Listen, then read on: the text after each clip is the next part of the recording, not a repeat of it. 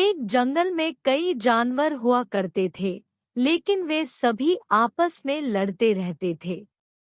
इन जानवरों में दो समूह बन गए थे। एक मवेशियों का था और दूसरा पक्षियों का। ये दोनों समूह रोज रोज के झगड़ों से थक चुके थे और उन्होंने फैसला किया कि हमें एक राजा को चुनना चाहिए जो हमारे विवादों का फैसला कर सके। लेकिन इस बात पर भी हंगामा हो रहा था कि राजा को कैसे चुना जाना चाहिए। पक्षियों ने जोर देकर कहा कि राजा को एक पक्षी होना चाहिए, जबकि जानवरों ने कहा कि राजा को जानवरों में से एक होना चाहिए।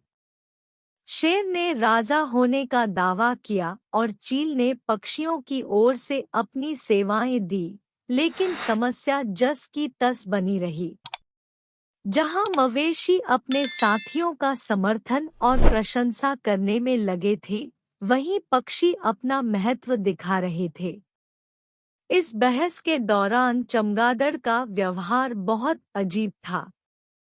जब वह देखता कि पक्षी जीत रहे हैं, तो वह अपना समर्थन घोषित कर देता, और जब वह देखता कि जानवरों का वजन बहुत अधिक है, तो वह जानवरों में शामिल हो जाता और जानवर होने का दावा करता।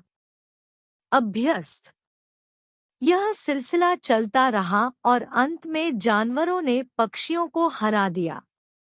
शेर को जंगल का राजा बना दिया गया।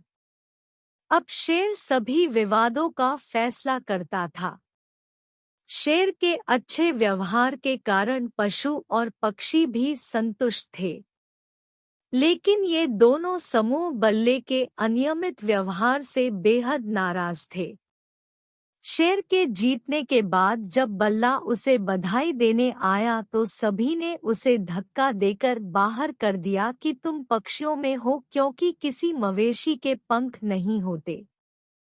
चमगादड़ पक्षियों के पास रोता हुआ आया और बोला कि मवेशियों ने मुझे मार डाला है, क्योंकि मैं जानवर नहीं हूँ। लेकिन पक्षियों ने उसका मजाक उड़ाया और कहा कि तुम मवेशियों में से हो, क्योंकि पक्षी अंडे देते हैं जब तुम अपने बच्चों को दूध पिलाते हो।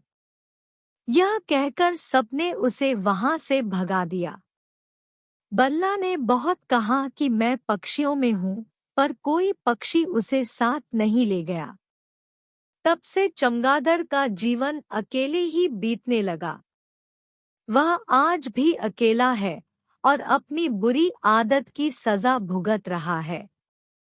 जब भी उसे अपराध बोध होता है, तो वह सजा के तौर पर एक पेड़ से उल्टा लटक जाती है और रोती है, और जब सभी पक्षी सो जाते हैं, तो वह रात को चुपचाप निकल जाती है ताकि कोई पक्षी उसे देख न सके।